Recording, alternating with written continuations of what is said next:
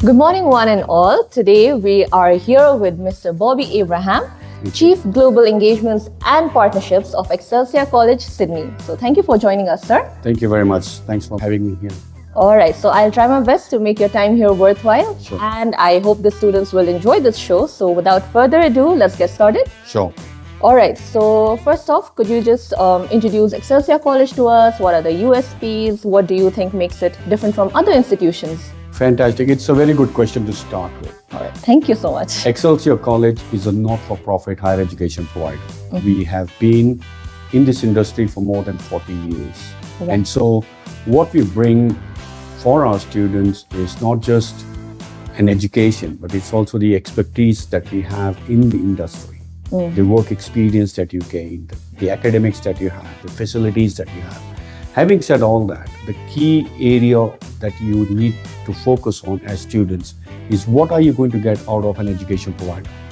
At Excelsia College, we being a not-for-profit, we value our students and we make sure that every opportunity that we have to ensure the students have got great access to the facilities and to the academics. That's a key USP for Excelsia College. Wonderful. That sounds great, sir. So, all right. So, when I was researching about Excelsia College, I noticed the courses are quite unconventional, right? So now I can definitely see a demand for such graduates, but in our society where doctors and engineers only they are considered successful, right? Like very traditional society. So how do you think courses like music, dramatic art, how are they going to fare against such conventional courses? See, the term conventional is defined by a third party. What I mean to say with that is, I may perceive you to become a doctor, an engineer, or any profession that you said you chose. However, what defines you is your passion. Right. If you have a passion to become a medical professional, you will choose to do so. If you have the passion to become an artist, you'll choose to do so. Right. If you have, and likewise, you may choose any profession for which you have the passion for, right? And so when we talk about courses like music and drama and screen production, basically you're talking about being an artist. You're being a musician, you're being an actor, or you're being a filmmaker. We're talking about a passion that you have, a creative mind that you have, where you're trying to tell a story. Right? And so we at Excelsia College, that's the foundation on which we have been built. We have these kind of courses because we feel that everyone has a story to tell. Right? And so these programs are a way for you to express yourself in a creative way and maybe at times use that as an opportunity to talk about the social issues. Right? And so we have these unconventional courses, but we feel that these are the kind of courses that we need more and more in the society that we live in. True. That sounds great. And like I see, having a creative vent is also very necessary, right? So it's great that Excelsia is taking that step further and encouraging such students. Absolutely. Right? And okay, so speaking of courses, sir, could you maybe give us a brief idea about some popular courses among maybe South Asian students as of now? Yes. So we at Excelsia College, when we spoke earlier, I did mention that we are a not-for-profit. And we are also one of the very few, if not the only college in Australia that has got 5 different schools. We've got a School of Creative and Performing Arts, we have a School of Counselling, School of Business, School of Social Work, and School of Education. Right? And we have now recently started the School for ELICOS.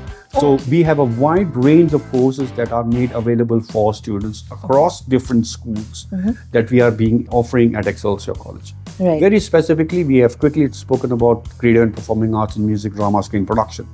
But the popular courses that we have, Bachelor of Early Childhood, Master of Social Work qualifying. We have Graduate Diploma of Early Childhood that can be packaged with Master of Education Leadership. We have Master of Teaching Secondary, we have Master of Teaching Primary. There are all these courses that are there that have been designed looking at students, but also the skills that we need in Australia. It's very important that we understand as educators, yes, we have the passion for music, drama, screen production, but at the same time, we also have an obligation towards the nation that we are living in. We are trying to recruit students who have a passion to become professionals in an area that we need in Australia. Early childhood workers, pre-primary teachers, social workers, secondary teachers, primary teachers, these are the areas of professionals that we need in Australia. Right. And we very proudly cater to that need at Excelsia College.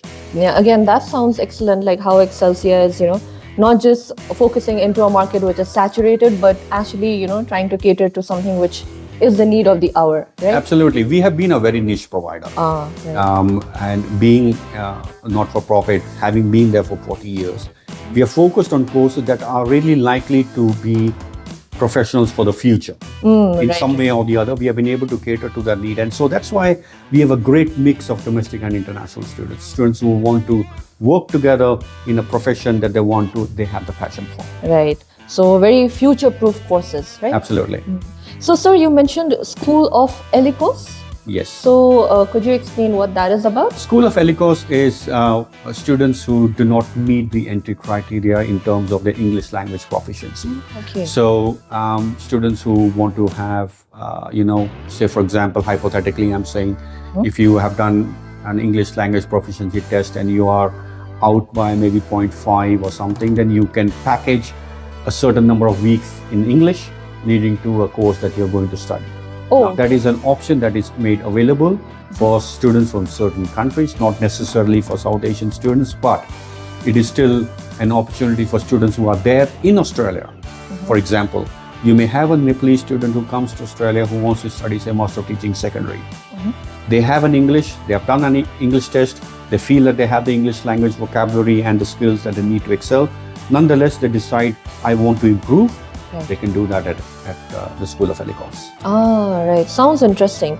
And now, speaking of requirements, eligibility requirements, could you walk us through that as well, like in general? In general, see, the undergrad programs, so there are different entry criteria for undergrad and postgrad. Right, definitely. If it is an undergrad program, in terms of English language, you must have IELTS equivalent or PT equivalent of 6, no band less than 6. All right. And you must have at least 60% in your year 12.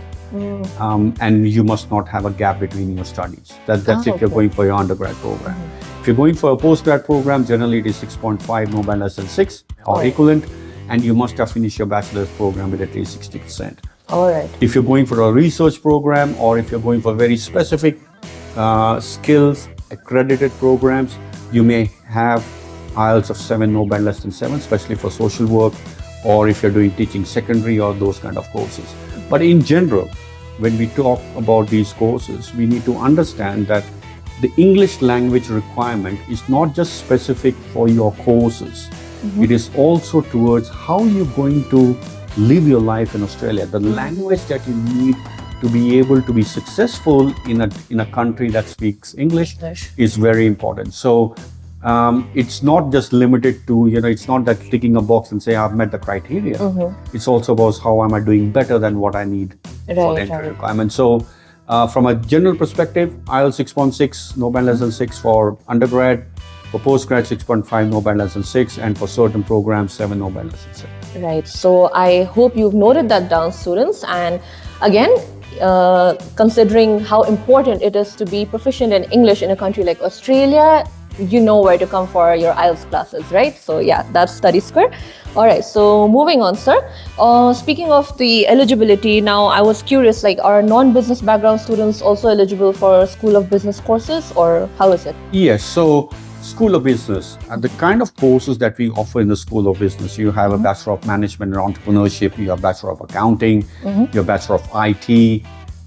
These are the undergrad programs that we have, Bachelor of Early Childhood. It's really from an education point of view. But for those 3 courses that I mentioned earlier, you can have students who do not have a business background study this. However, for a Bachelor of IT program, you must have studied mathematics. Okay. So that is a criteria for Bachelor of IT. For all other programs, students from any background are able to look at studying that in the School of Business. All right, that's nice. Okay, so now let's address the elephant in the room, the tuition. So considering, international students, their biggest concern is the expenses, right? So how is the tuition like at Excelsia, and are there any scholarships for maybe Nepalese students or South Asian students specifically? It's a very good question, and I think it is important to understand the nature of tuition fees and how it is assessed. Excelsia College is a not-for-profit, as I said earlier. So what that means is, in general, our tuition fee payable is lower than many of the other education providers. Having said that, we also have a responsibility as education providers to be able to invest the tuition fee that is paid by the student into ensuring that we provide those facilities to the students. So that is in terms of the facilities, the library, the academics, the support services that we have. They're all a combination of that supports the students to excel their career.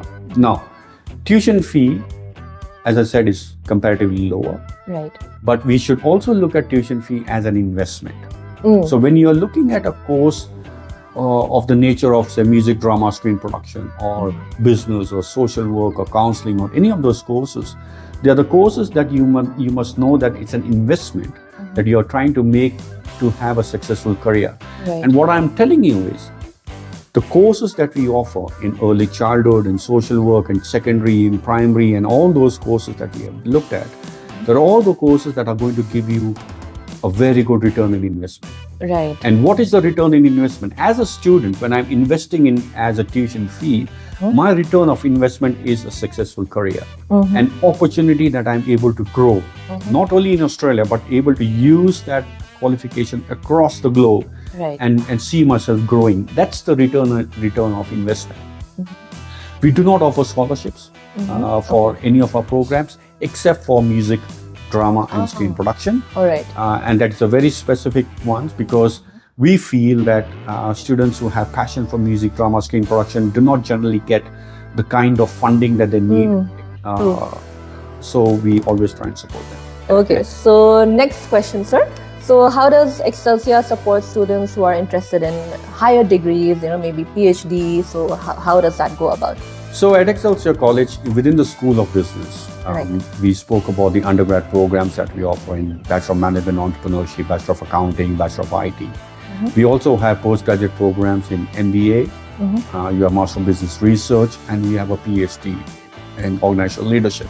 Okay. So students who start an MBA program can transition from an MBA program to a research in Master of Business Research and go on to do a PhD. And I have very good success stories of Nepalese students who have gone on from doing a Master of Business Research to a PhD program at Excelsia College.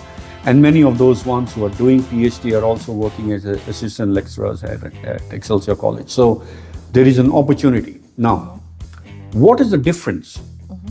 When you apply for a research program, you are supposed to be writing a research proposal. And within the research proposal, you try to articulate your research methodology. You need to have quantitative methodology and qualitative. Many a times, the kind of research proposal that students write do not meet the criteria.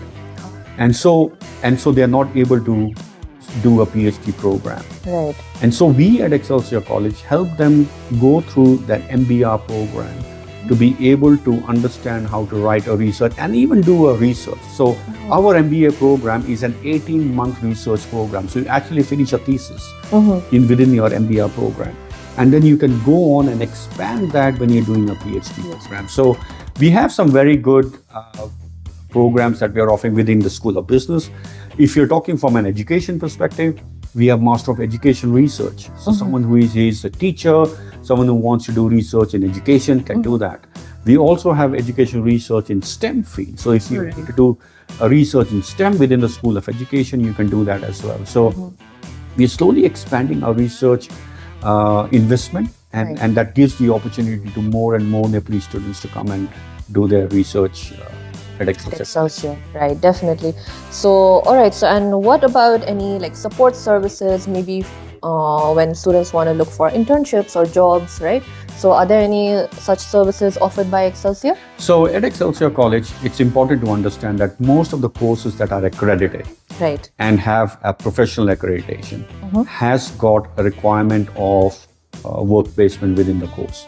So say for example, if you're doing early childhood, you have to have 80 days of work placement within bachelor's, or 60 days within a grad dip, early childhood. If you're doing social work, you have to have 1,000 hours of work placement. If you're doing teaching secondary or teaching primary, you have got 60 days of placement. All this is provided by Excelsia College. We have our own partnerships that we have developed over the last 40 years with our industry partners in schools, in different organizations, where we send our students to undertake those work placement opportunities. So we provide it to the students. And what that happens is, and from an Australian perspective, it is an opportunity for us as education providers to connect the student to the employer. And then from there on, it is for the student to then prove their mettle and secure an employment with those ones. And I must say, a vast majority of our early childhood students end up working in those childcare centers that they have done the placements. Oh, that's great. So it's great that the college is, like providing that push for the students. Right? Yes. Sometimes that's all they need, right? That's correct. To find employment, because they might even feel kind of like hesitant to explore their options in a new country. So it's great that the college is, doing that for them. That is correct. See, the other part that when we spoke about ELICOS was these students, they may do quite well. They may be very confident. They may be, very well qualified. But there is always something that holds back a student coming from a South Asian country to be able to secure an employment. So we do have opportunities through our student support services to help them write resumes, prepare them for the interviews, and so on and so forth. So then they are well prepared when they are going in for an interview and so on and so forth. So there are various ways that we help students, and these are some of the ways that I say. Right. So that's great. Now let's turn things up a bit and let's have a rapid fire round. Sure. All right. So I just have around 5 more questions, sir, and then we'll be done. Sure. So, all right. So shall we get started? Okay. So first question: best Nepalese restaurant near Excelsia College? So if I answer that question, I know there'll be many people, especially your viewers in Australia, who will hold my throat. I have to be very careful about what I say, because there are many friends of mine who own restaurants there. There are many Nepalese friends of mine who own restaurants there. But I must say, respectfully, the Mughal in the city, Tibetan Momo in Harris Park are some of my favorite. My favorite ones. Yeah. That's nice. So students, do check them out if you go to Excelsia College. All right. So okay, next question: one hack for managing expenses as an international student in Sydney? It all comes down to planning. How do you plan yourself? What are your needs and what are your wants? If you're able to identify clearly and put it on an Excel or on a piece of paper, what is your want and what is your need, and you're able to manage those expenses through that's how you do it. And being a student myself, I'm sure many of us sitting in this room here have gone through the journey of being a student. Right. We do have ways to manage our expenses, but it is very important that we are able to differentiate our needs from our wants. And once we do that, we're able to, I think, manage our expenses very well. Yeah, definitely. All right. So top tourist spots in Sydney every student should check out. Definitely Opera House. Oh, yeah. Yeah, that is one of the favorites that you should to go. And there are so many good, nice places around Sydney. Sydney is a coastal city. Right. You find coastal along. You can go from along the north shore, from the city all the way up. Some beautiful beaches. Opera House, Harbour Bridge are the iconic how Sydney is identified. Blue Mountains, the Three Sisters. There are some of the beautiful tourist spots as well, but they are a little further away from the city. But if you are in the city, I would suggest that you look at the Opera House, Harbour Bridge, and some of the beautiful beaches we have in Sydney. Right, definitely. I'm sure students will never fall short of places to visit, right? Yeah. Okay, so one Aussie phrase or slang every student must know. G'day mate, how's it going? Definitely that one. All right, one advice you want to give Nepalese students to adapt to life in Sydney? Prepare for change. Right. And I think what I'm trying to say with that is a change in your attitude, a change in your lifestyle, a change in how you perceive and look at things. Okay, be prepared for a change. It is different. We are all humans. We all look similar wherever we are, but our way of life is different. Our approach to work and work-life balance is different. And so preparing yourself for a change is important. As I said, planning and change. That's what you are intending to do. When I say change, I'm saying when you are a student or when you are here in Nepal or any of the South Asian countries, you have your friends, you have your families, you're surrounded by them, you're supported by them, all your needs are just a phone call away.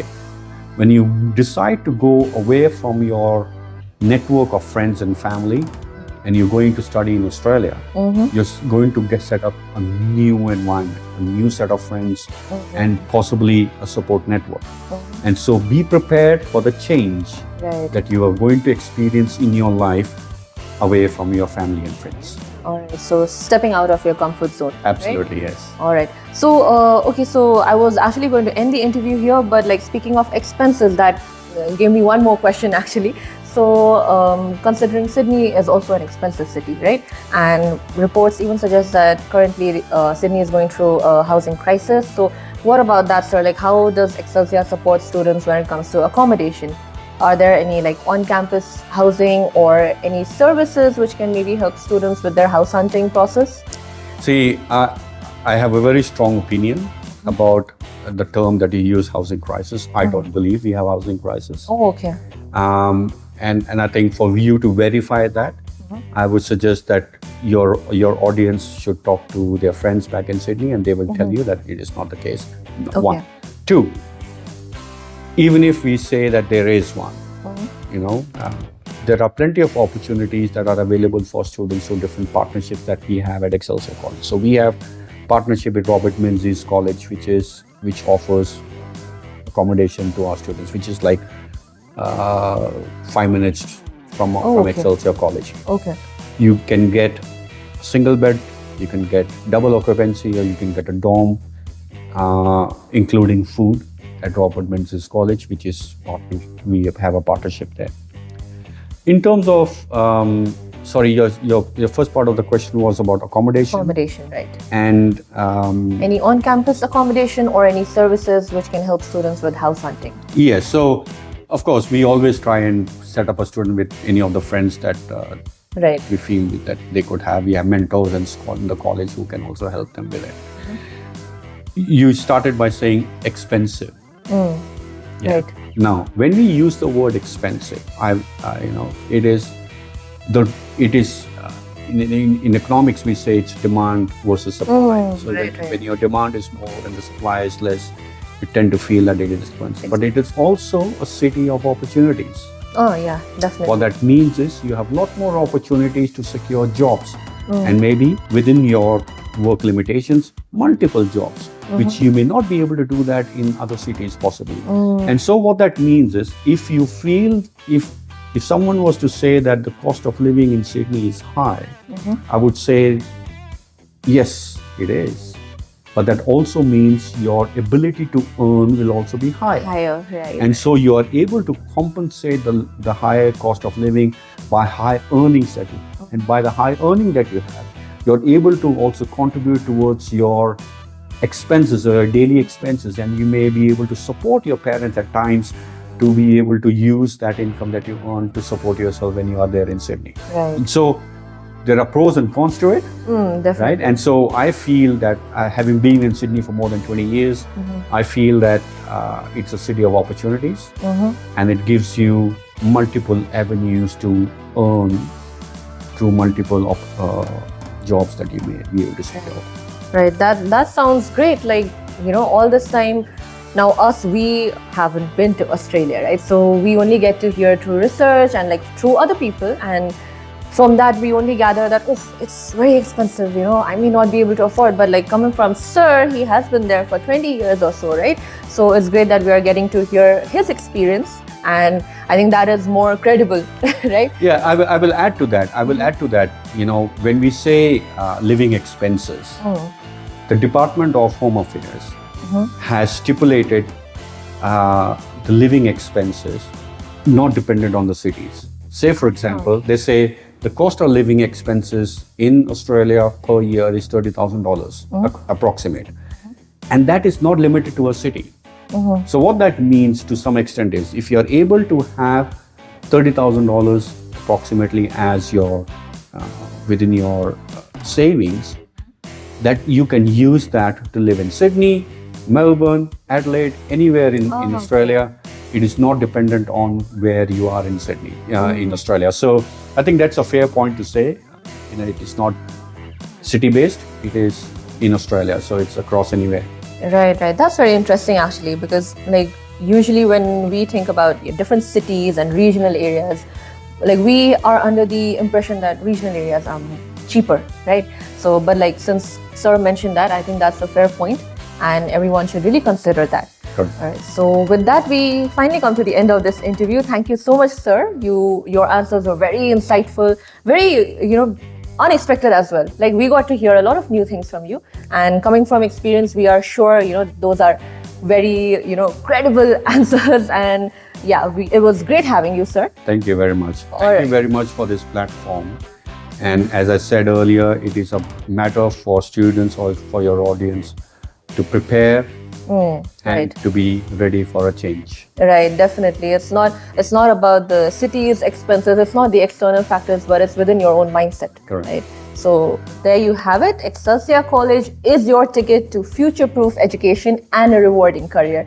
So, all right, thank you so much for watching, and don't forget to follow us on our socials. If you have any more doubts, comment them down below and like all of our content, and stay tuned for more. Thank you so much again, Sir. Thank you very much. Thank you for watching.